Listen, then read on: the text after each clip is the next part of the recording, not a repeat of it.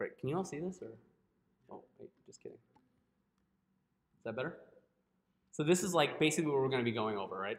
Like top to bottom, just important things about the way the es6 syntax is written, right? So boom, get ready for React. Kind of looks like that. All right, so check it out. There's a concept called destructuring in JavaScript. Have you seen it or have you used it before? Anyone else? Okay. So check it out. Let's say I have a const, right? Just called spaceship. Cool? I can easily do spaceship.pilot, and it will return whatever that key value pair is. Now, if I wanted to, right, destructuring, if I wanted to create new variables by the same key name as that variable, I simply will use this syntax, right? So if I wanted something like const, and then I pass in these curly boys, and let's say I have pilot and chef. I want to create a new const called pilot and new const called chef. I simply pass it in like this, and I say that it's coming from the spaceship object.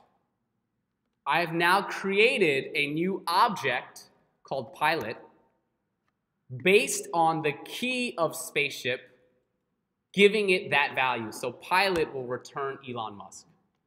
So will chef. Does that make sense? So this is a little tricky, and the reason it needs to be talked out and it's just not like a README like this is because this is essentially saying I'm creating a new variable, right? I'm creating two actually, and both will have the same keys as this object. Point them to the same values as this object's keys. If I were to throw in a variable, right? Let's just say I have a const. All right, like, what do you guys want? Person, sorry, is what? Some like name is like your boyo, and then age, I don't know, 30. It's me. Cool? Let's just throw another one in there. What am I? Height, cool. Height, I'm not gonna say it in inches. I'm 5'9". Cool, just say 59 is fine. Cool? Sure? Very good, for those that are good at math. If I wanted to create a new const, right, with those same keys, I can say like name, I can even say age, and then I could say something else, right? Something. Doesn't matter what it is. And that's gonna be coming from the const person. I have name, I have age, but what do you think something will be? Exactly. Something, right, is going to be trying to look into the person object for a key of something and then assigning it that value. Does that value exist? Does that key exist? Will my const something exist though? Yes, but it will point to nothing. Will come back as undefined. This is important because when you start writing React, if you remember in Ruby, you have to like import all of these files, right? Do you remember like all the way back in mod 1, in the config file, I had to require all the other files, right? It's kind of vague, and then Rails did it for you. Rails required everything in app. So you had access to the controller, the views, and everything inside your application. In React, you will have to do something very similar. And the reason this is important is because in the way that you destructure something, sometimes I only want one key value out of spaceship, right? And that's easy. I can do spaceship.pilot, right? If I wanted two key values from them, how would I do that? I can create my own and say a const of pilot and chef equals to spaceship. And then I'm pulling out Elon Musk and Gordon Ramsay. This is going to be very useful because as you pull in React, React will allow your components, allow your JavaScript objects to extend which you remember in JavaScript is just saying that I'm going to like inherit, right? I'm going to like get all of the objects and functions from something else, from a different like module, the React module. And so what I can do is, if these were functions, I don't want to import all of React. I only want to import the pilot and chef function. So I can literally write on top of my file, I'm going to import, and I'm going to import like the pilot and the chef, right, from like the module, like React, whatever that may be, if you've already taken a look into something in React, right? As opposed to, like, I want everything in React from React. And there are often times that will be too much data. And you want to start thinking about this because as you create these React files in production, even 1, 2, 3 kilobytes of data will determine a lot in terms of how big your app is. And then if your app is too big, it will run kind of slow. So sometimes you only want to pull in certain parts of a library. Does that make sense? Like imagine in an array, how often do you use everything inside the array prototype? Often you just use what? Map, reduce, filter. Kind of about it. If you didn't have all of those methods defined on the prototype, how much smaller do you think the file would be?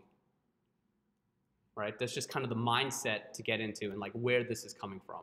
Does that make sense? That I can only pull in, right, something like I can do, well, I can't really, but the idea is that like I can pull in the for each and the map and the reduce from like array. This is the idea. Does that make sense? So that I'm not pulling in everything. Meaning if I were to do this, I will not have access to filter. And that's okay. Because let's say I'm never planning on using filter. That's going to reduce the size of my file. So that's really object destructuring, how to create new objects from an object that already exists based on the same key value, key pairs, right? The same name of your const matches the same name of a const key that exists. Are there any questions on this? It's really just like a Safari, right? Just like, oh, look, there's that, like, great, I understand. Cool. The way this works is very similar to how Ruby, when you made mass assignment, so you have props as an object. You can pass in the full key value pair like this because this is destructuring, right? Name is equal to name, fave color is equal to fave color. If these were defined outside, instead of props.name, you would have like name. This is just how it can be used in the way that destructuring is done. This will make a lot more sense as you write it in practice. Just so you understand what's happening is really the goal for right now.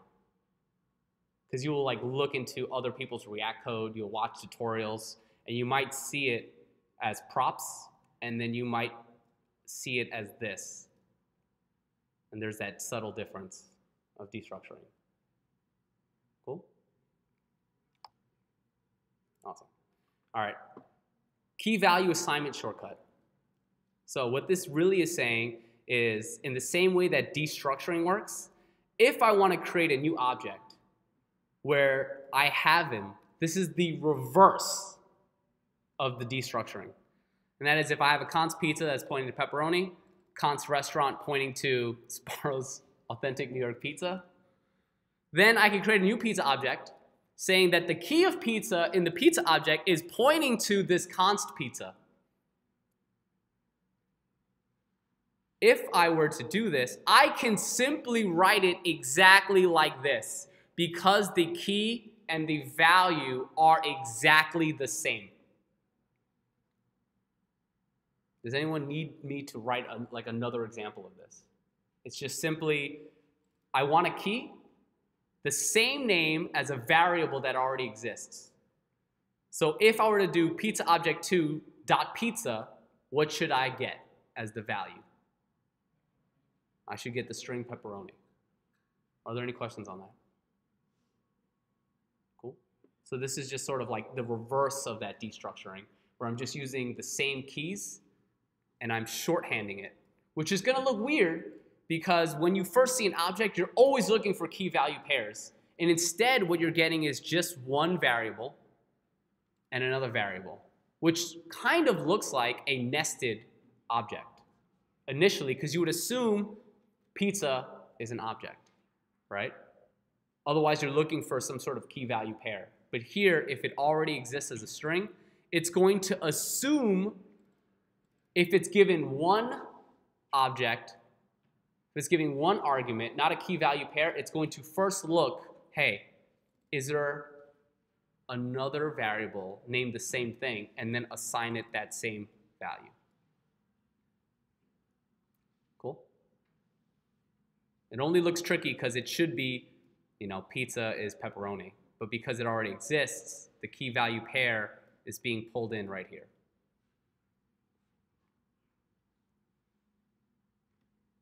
Just a quick thumbs up. Yeah, nice. Oh, wow. So smart. All right, great. I didn't write this in here. I'll add it in a second.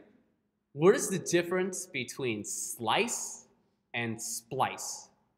Or have you seen those or heard of those before? Cool. Does anybody know?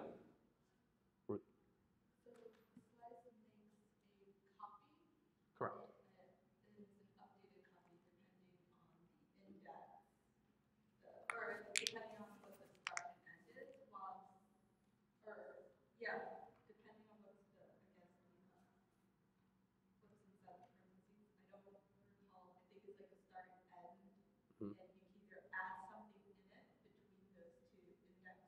Okay.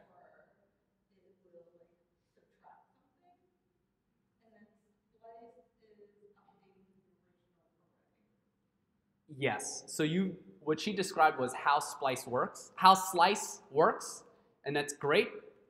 Does anyone need me to look at the documents? Do you guys want to take a look at the docs? Here's the fast shorthand answer.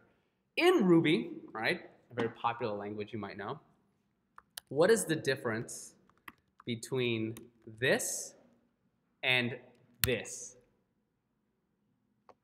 One more time. This and this.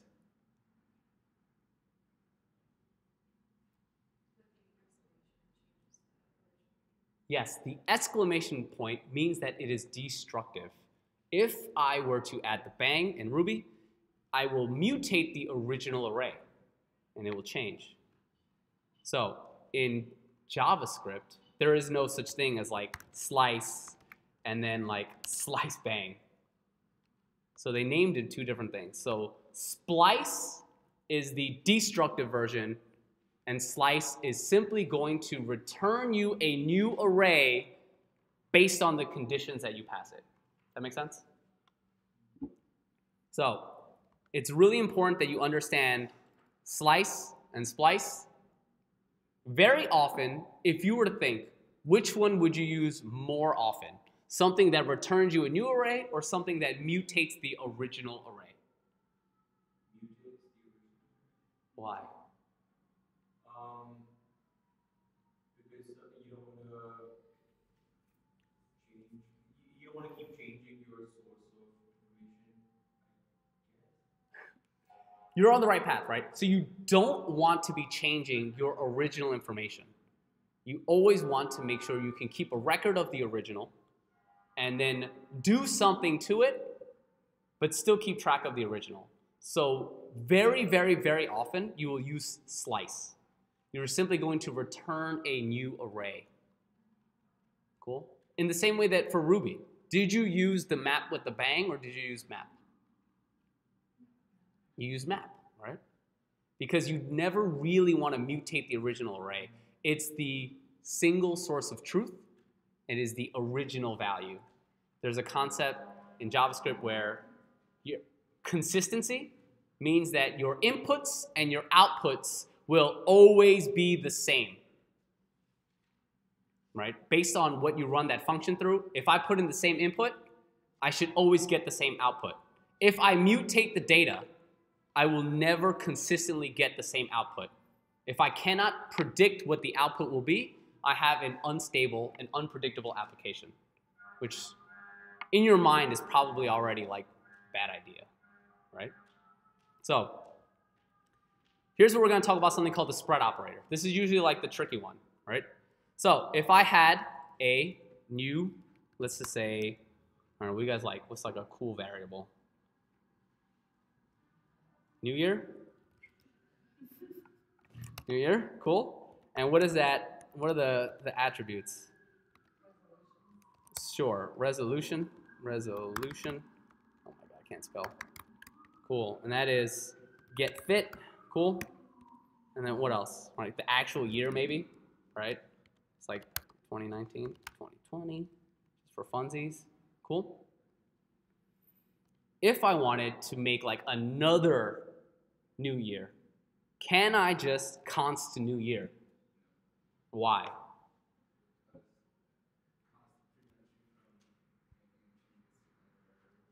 That's exactly correct, right? I cannot reassign this constant. So if I needed the data from new year, I would have to make a copy of it. Does that make sense?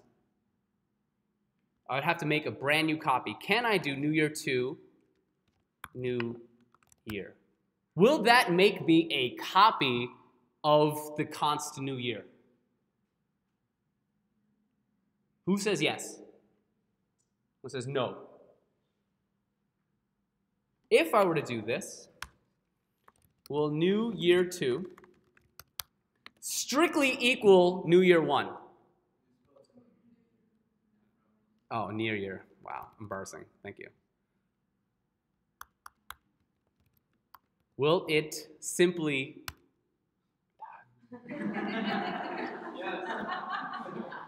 Very good. Yes, true.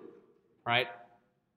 But what happens if I were to change new year and I were to add, let's say, added attribute equals to that new though. Will new year 2 have it?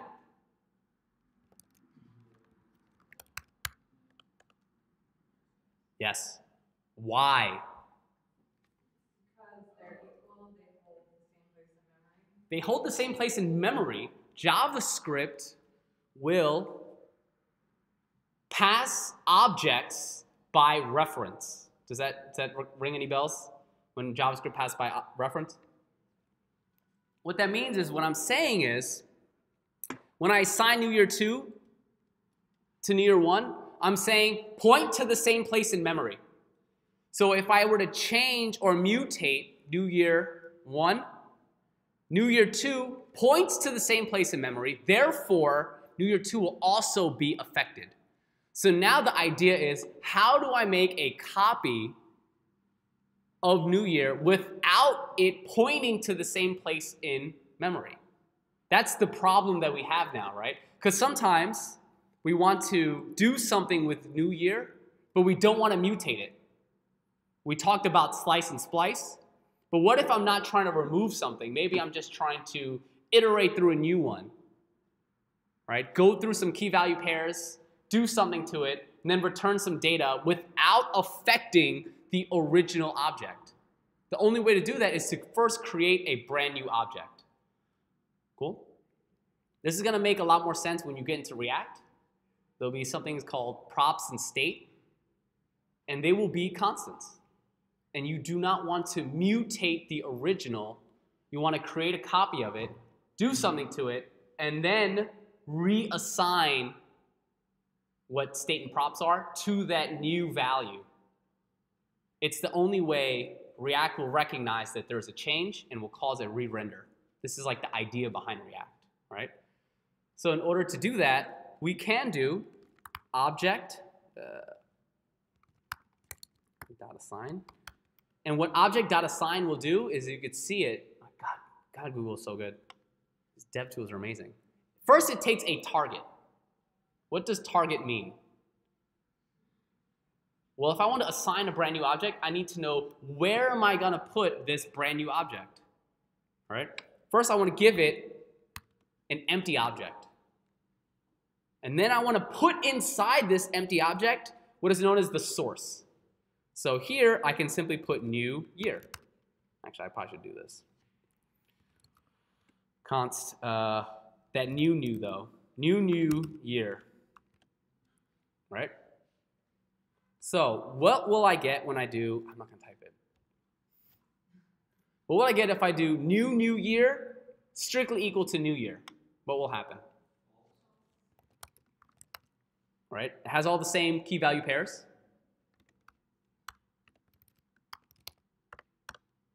They're not pointing to the same place in memory, which means that if I were to do new year dot, I don't know, I'm so lazy right now. Do you guys want to give me something? Otherwise, stop. That's very confusing. Chair, right? It's the first thing I see. I'm very unoriginal, right? I'm tired. Sorry. Cool, right? What will happen if I check out new year, that new const that I made? It does not have it because I've created a separate object. When I did object.assign, what is this right here? It is a brand new object that I'm going to put in all the key value pairs of. This is the source, and this is the target. So when I make a new year, I'm going to assign a new object with all the key values of new year. This is creating a copy for me. Does that make sense? Yeah, question?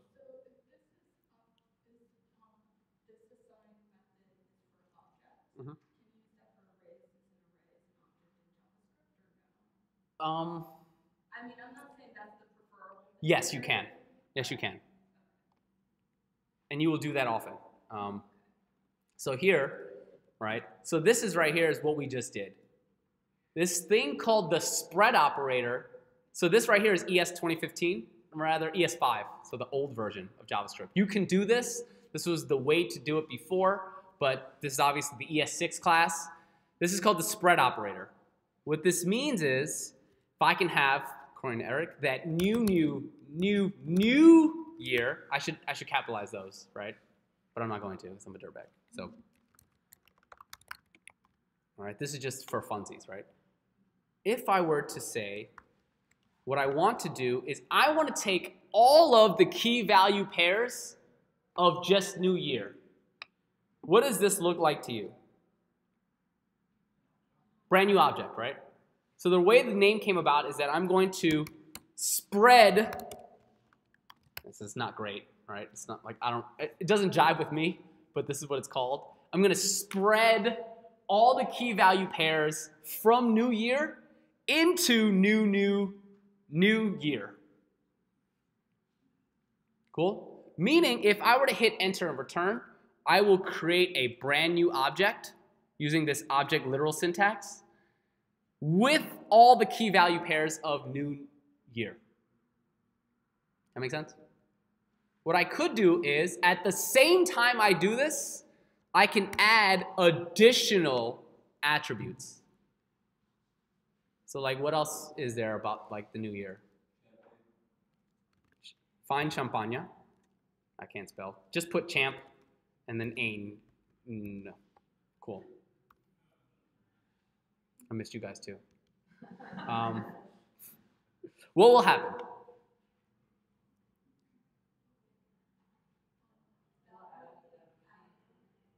Right. I'm simply going to create a brand new constant, right? That's like really obnoxious. All right. And it's going to get all those key value pairs from new year and also add in what I want. So I'm spreading all the key value pairs of new year into this new object and also adding this new key value pair. Do you think this will strictly equal this? Do you think new year got any new attributes? Yep. It's champ, not chair. Cool? So that's how you can create a copy of something. Even though technically this will work, you will not see the syntax. You will start to see this spread operator syntax. Are there any questions as to how it works or what it looks like? You'll see this a lot. This is probably the biggest thing you will see. Yeah? So then, if it's in array, would it be the dot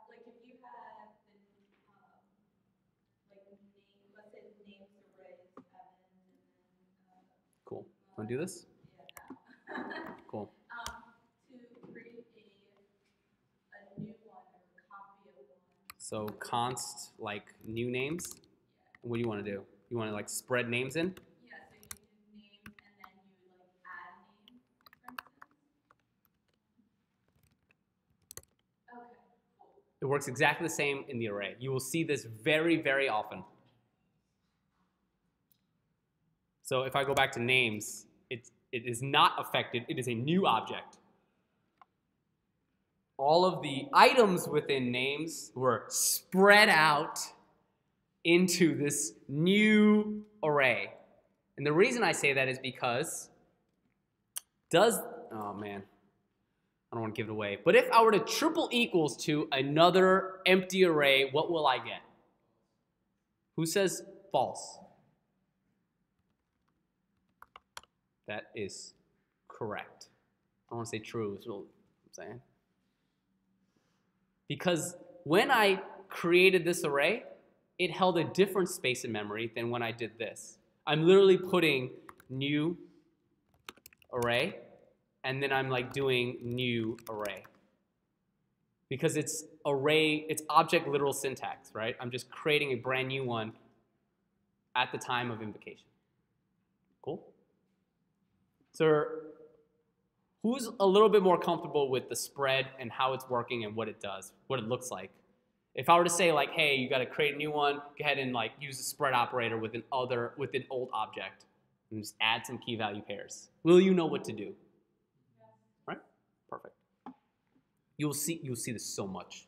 Like all the React tutorials, all the lessons going into like JSON spread. Cool. When he teaches, he will expect you to have a fundamental understanding of spread. Cool? Great. And again, Slice is just a way of manipulating arrays. In the same way that in Mod 1, we were really, really, really harping on you understanding, hey, map, using select. What is the difference between map and each? All right? The enumerables from Mod 1, you will have to know them very well, and this is just going to be practice, right? Slice, filter, over here is like a list, right? Map, reduce, for each, filter, and find are going to be the biggest functions you will be running on your objects and your arrays. Please learn how to use them, right? We're going to talk a little bit more in depth about them, but that's kind of like super important, yeah?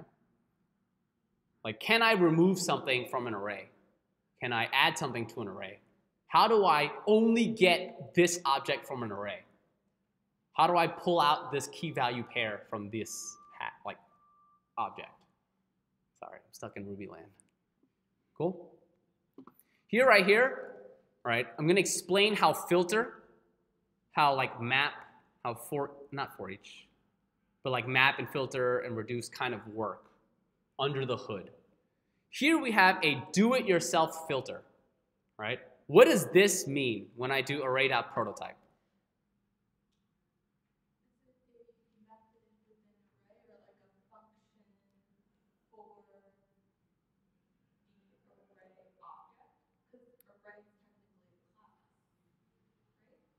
In JavaScript, it's a little different, right? Arrays are just special types of objects. So here's the thing.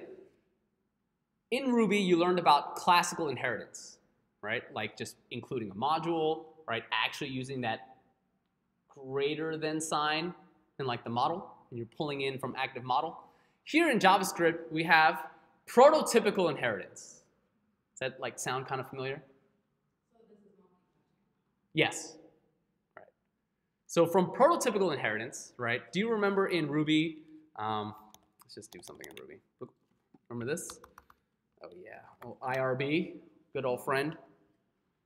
So in Ruby, what I can do is I can literally go into class string. All right, what's like a string method that you guys know about?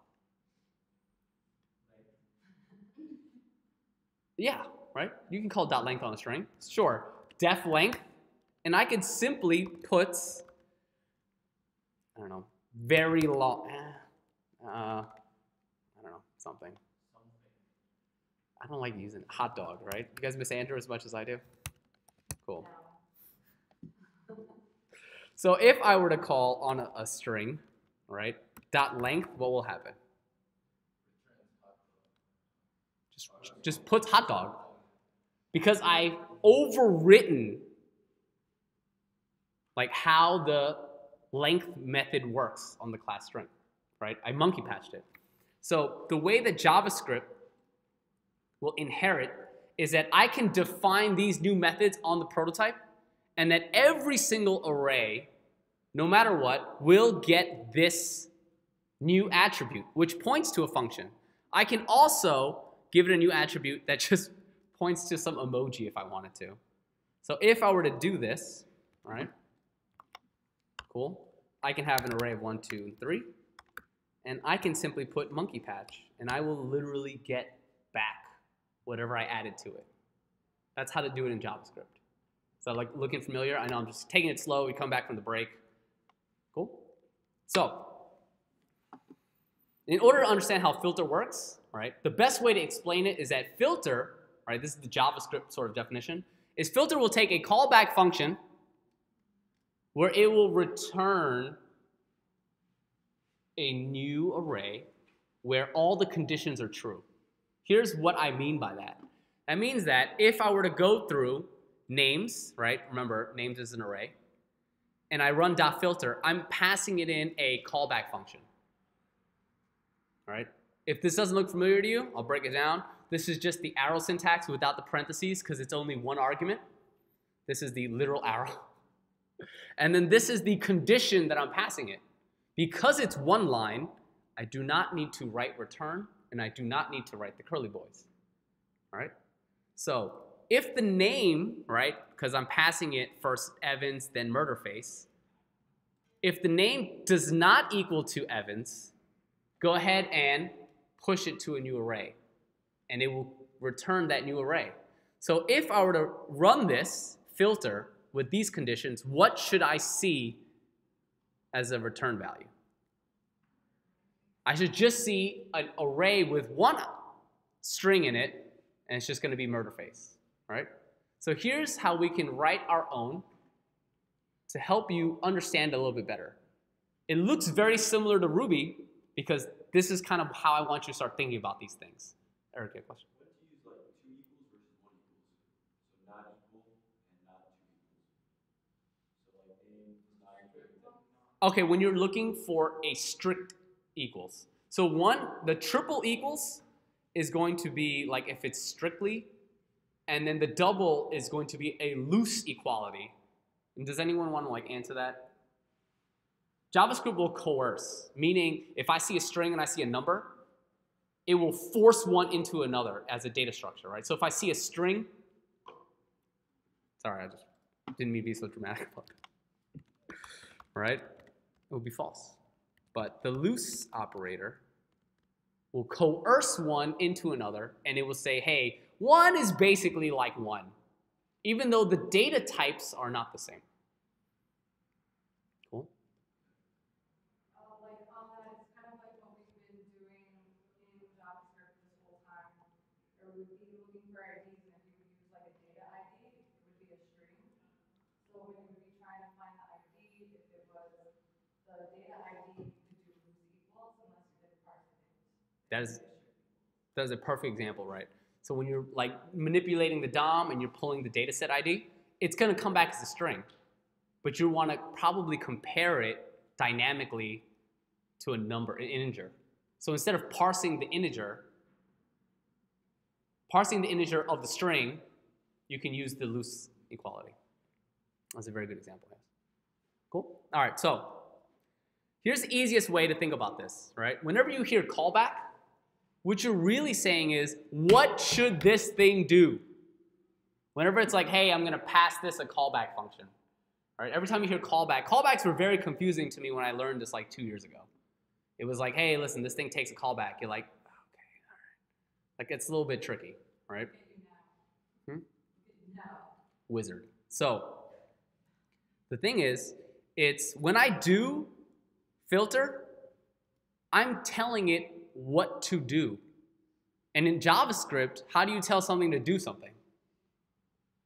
You have to give it a function, right? So if I were to do names.filter, what is it going to do? Well, it's going to run a function for me. And that function is going to define the conditions that it needs to do. So here's an example. On the array prototype, I can have a new custom function. I call it myFilter because I don't want to overwrite filter, right? I'm going to just like make it like a custom one. So I call it myFilter. So I'm not monkey patching over the actual filter function. And so what does that equal to? Well, this is what it's going to do. It's going to run this function when I call filter, myFilter rather.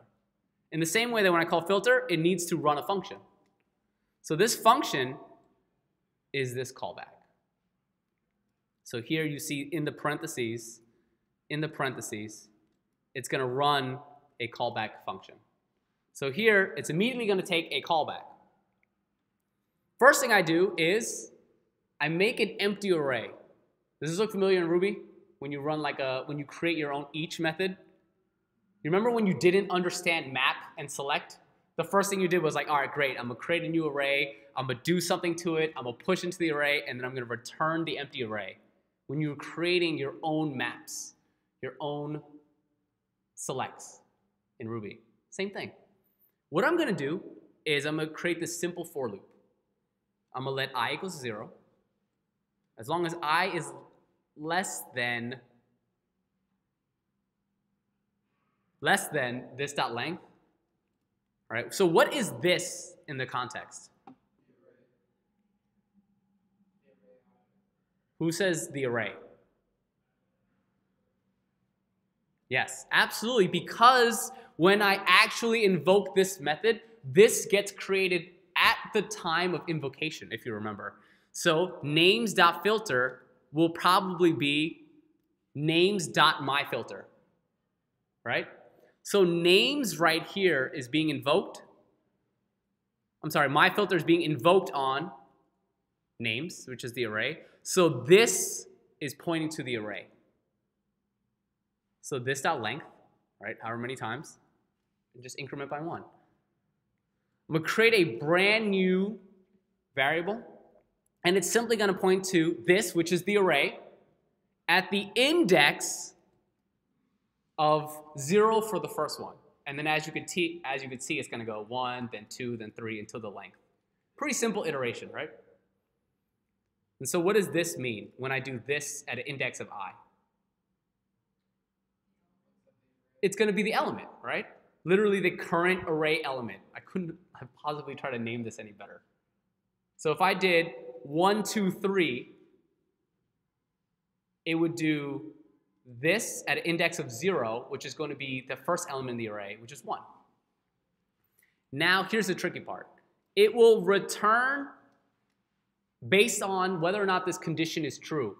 So if I put an if here, right, and it takes a condition, it's simply going to run this callback function with the current array element. Here's what that means. Does everyone follow me so far?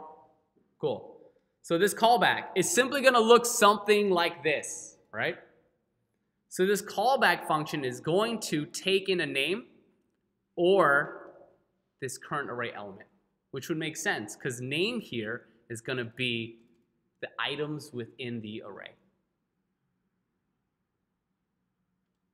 If this exists even, right, then, because remember, this is like evaluates to truthy, then filtered dot push. What is filtered here? It's the empty array that I made. I'm going to push in, the current array element. So if this is true, this condition right here, then push in the current array. So for this first one, right, let's run this in the same way that it's doing this. I have a name for Evans, right? That is the current array element because it's this dot index 0. If the callback, which is this function right here, with the current array element, which is now name, which is Evans, all right, inside here, this is the callback function. Is Evans not equal to Evans?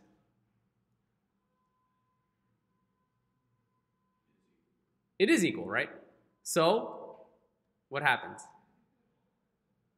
Does this evaluate as true? If Evans does not equal to Evans. It will not evaluate to true, it will be false. So this will not run. Cool? It will go to the next item. This at index 1 is now murder face. Now, if in this callback I pass in murder face, so murder face, is that not equal to Evans? Yes, this condition is true. In this empty array, I'm going to push murder face. I have finished the iteration because there's only 2 items. Return an array that has the one element I pushed in murder face. And so that's how that filter function is working. Cool? It will work exactly the same as map, except map will return what? A new array with what? Mutated data. So here, filter, you're only returning filtered because you're pushing. Here, instead of pushing, in this array, you're going to push something you're doing to this element. That's how you're mutating it. And so when you return the mutated array, it will be like what map does. Is there any confusion on that? Just quick thumbs up if that made sense or if like you're good. Perfect. That's like super important to learn, right? And then I went over monkey patching, and then this is how you invoke it, right? So this is created in the context of this array. The keyword this is created in the context of this array. Oh, God. Teaching this is so tricky, right? All right, so the arrow function. There's 2 ways to invoke the arrow function, right? You can either do it one-liner, in which you will have the implicit return. I don't have to say return here. Because if it's on one line, I do not need the curly braces, and I do not need the keyword return. If I want a multi-line arrow function, I will have to use the curly braces, and I have to use return. Are there any questions on that? That's just something you have to memorize, really. I mean, I'm not going to like sugarcoat it. There's no secret to that. Cool? All right. Who remembers how this is binded and like who's very comfortable with how this works? The keyword this. Cool. Does anyone want me to like go over this as like a refresher? Who wants me to go over the this keyword in the way that the arrows are binded or the way that function creates this? Everyone else is cool with it. Everyone knows how it works.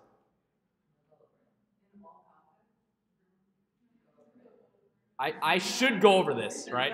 It just doesn't seem very comfortable. So here's the thing. This keyword is used in literally almost every single component you will write in React.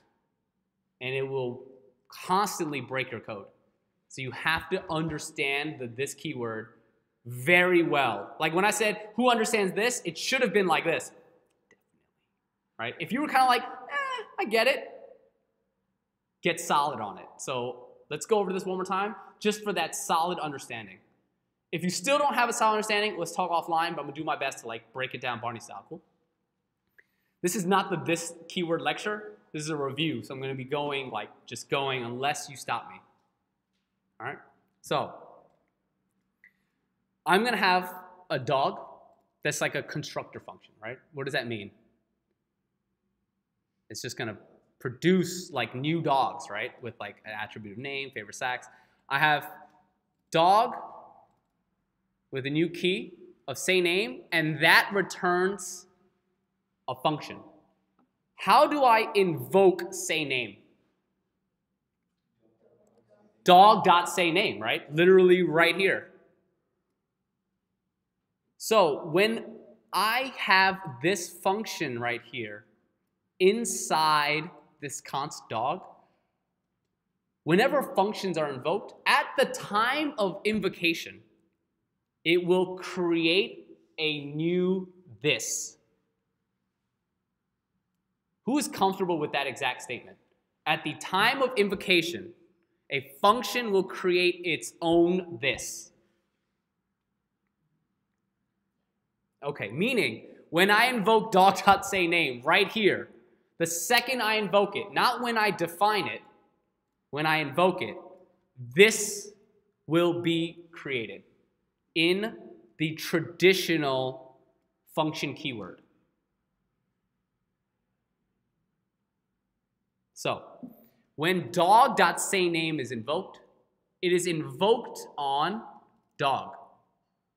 So when sayName is invoked, it creates right here, this will point to dog. That one should be the easiest one. It looks just like Ruby. There's no complications to that. Yes, Ruby. So is that why it's different when it comes to classes versus objects? Because that's Classes are a little different. okay.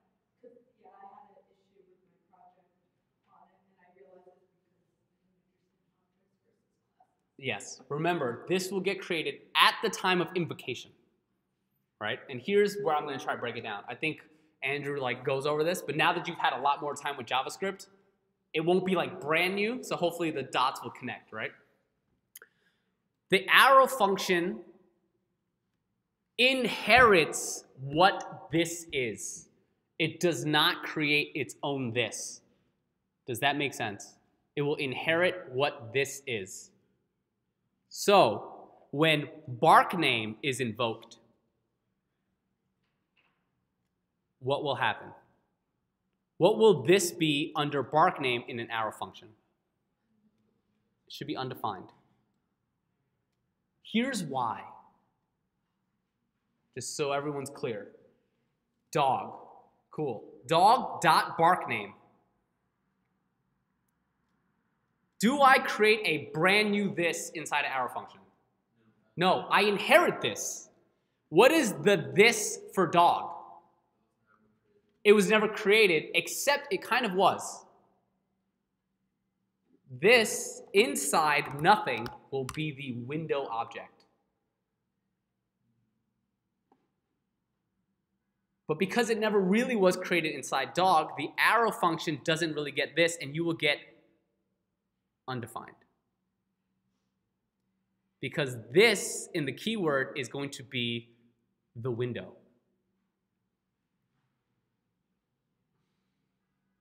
This is where it starts to get dicey. Are there any questions on that? All right, cool. Here's where it gets real dicey. Ready? There are two of the exact same functions. One is written with the function keyword, and the other is invoked with the arrow function. Just looking at it, who's confident that they understand what this will be in both contexts?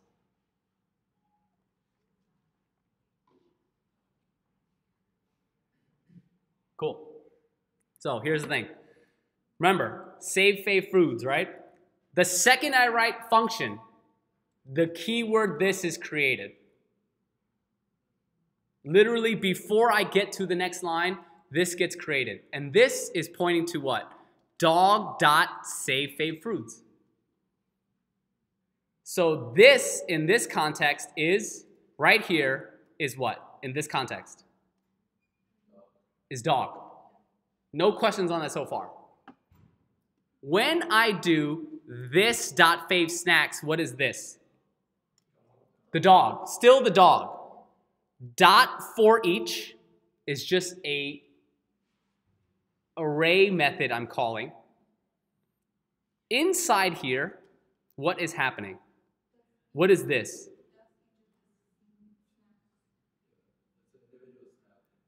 An individual snack, right? Let's do this.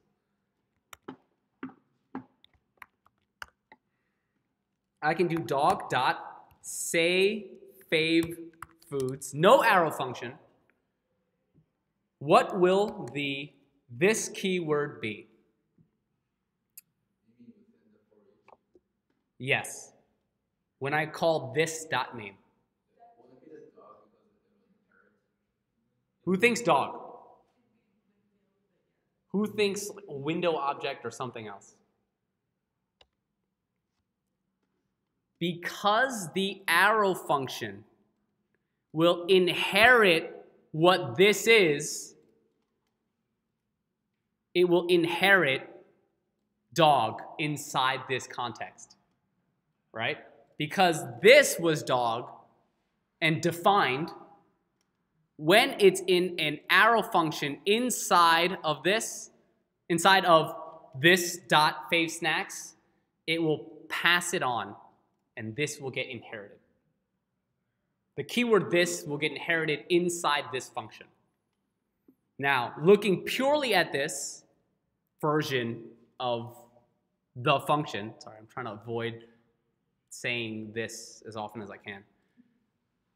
Inside save fave foods no arrow, it's the exact same actions, except instead of the arrow, I'm using the keyword function. Remember, the keyword function, when it gets invoked, will create a brand new this context. So, walking through step by step, save fave foods arrow function is a function. Inside here, what is this right now? Dog. Who says dog? 100%, right? Because function creates this. It is now dog. Because it will be dog.savefoods no arrow. Cool? So that means that right here, literally this little space right there,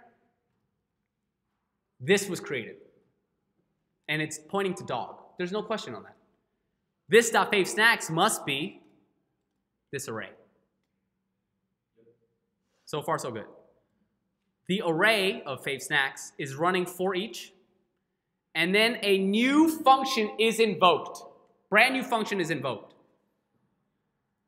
This function is invoked on what?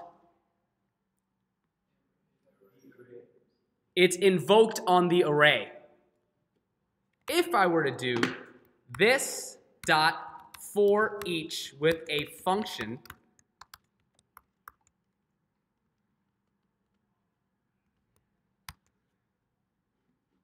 that's exactly what I'm doing here. Is that correct? Yes or no?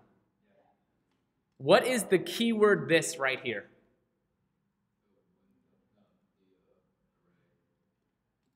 It's kind of the array, but was this ever defined? So it must be the window. That's what those lines of code are doing. So when I invoke save fave foods no arrow, a new keyword of this is created inside here. So a new keyword of this is created inside here. Will this be defined? Does anyone have any questions as to now a little bit more clarity as to when I say the keyword this is created at the time of invocation? Does the statement this gets created at the time of invocation make more sense to you? Cool. Understand those rules and you will very quickly get better at understanding this and be able to debug it. Here's what I want to show you. Have you seen Babel yet? Yeah. Babel.js.io. What this will do, what Babel.js will do is it will recompile your code from es6 to es5 so that the browser compatibility will always understand what's happening. Cool? So if I were to write all of this in here, this is what's happening. Inside the arrow function, right? Look at what this is right here. Have you seen underscore this? Okay, what it will do is it will bind and inherit what this is.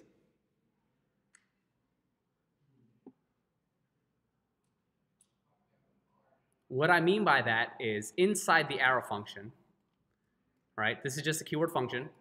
This gets created, right?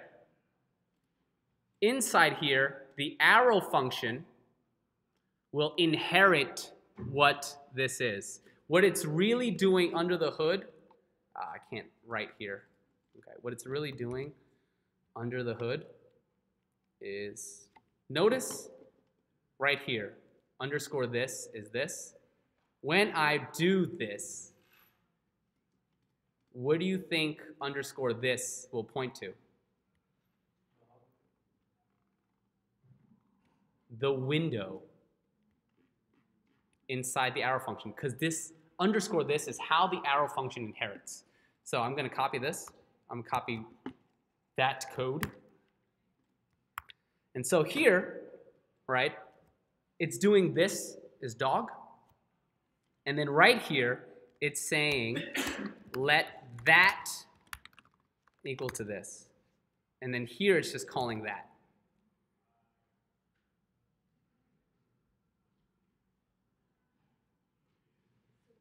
But really, I mean, the way that es6 likes to do it is they bind this. It inherits what this is. So when I do the arrow function, it's literally inheriting what this is in this context. I'm sorry, it's doing this. Bloop, bloop, bloop, bloop. Ugh, I can't do that. But does that make sense? It's going to inherit whatever this is. It initially sets it at the window, and then it will reset it based on the way you define your code. If you're ever confused at what your this is, put it in Babel. Make sure to check this like Sweet ES 2015. Oh, there it is. Oh, there it is right there. I knew I wasn't crazy. It will literally, well, use strict, because it doesn't want to use the window anymore. In this function, the arrow function will inherit what this was inside the function and then use the underscore this because it's inheriting. If you're ever confused, put it in Babel and you will see clearly what your code is doing after it's been backwards compiled into ES5. Is this helpful at all? Awesome, let's continue. Oh snap, it's 12:10. Do you guys want me to just plow through and take a late lunch? All right, sweet. Sorry. Cool. I thought this was going to be much faster. Class. Inside the class, right, there is no such thing as class inside JavaScript in the truest sense of class in the way that Ruby or Python have classes. It is syntactical sugar. I'll show you. When I do class dog, it does this for me. Look here, dog function, another function that takes the dog with the name and the age, the constructor, and it does this.name, this.age, right here. Underscore create class dog with the key of bark, right? Key of bark. And then it's immediately invoked. What I'm really trying to tell you in all of this, you do not have to learn or memorize this. The whole point of this is that a class is just a fancy way of doing a special type of object. Meaning, when I do class dog with this constructor and I try to define a method on it, I do not put function bark. I simply do bark, any arguments, then define what it does. So there's no keyword function here inside the class because it's just a fancy object, right? In the same way that if I had a fancy object, right, like, I don't know, fancy object equals to empty object, I can simply do fancy object dot bark is going to be a function. Does that make sense? Ugh. So this is just saying dog.bark is going to be a function. So I don't have to use the keyword function as I define my methods inside a class in JavaScript.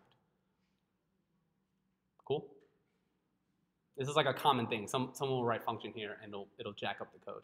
It's just like, you will see class syntax a lot in React. Cool? The last couple things is, remember you can pass functions as callbacks. We've done this a lot.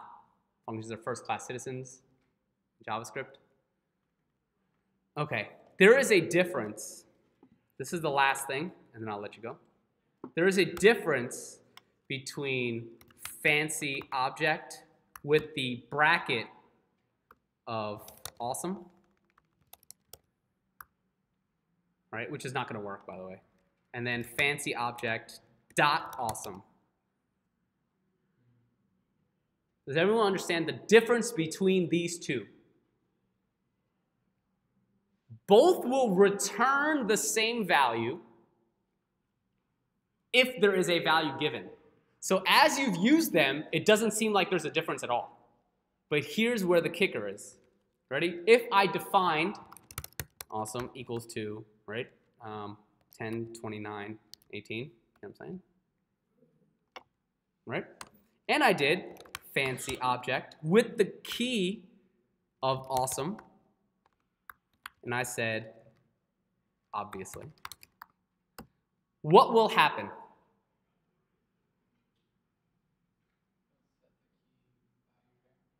It will set 10, 29, 18 is equal to obviously, because it's pulling awesome as a variable. Get that? So let's check. Fancy object.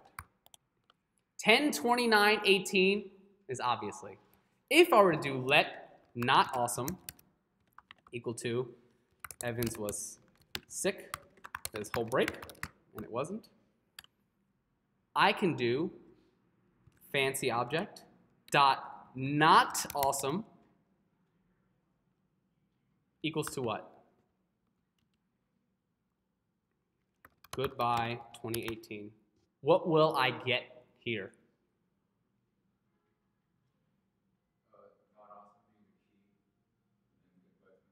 Not awesome is the key, not the string, as it was here. It interpolated the variable awesome in the way that I defined it here. But the dot notation will take this as the key always. It will not read any variable. So let's check fancy object again.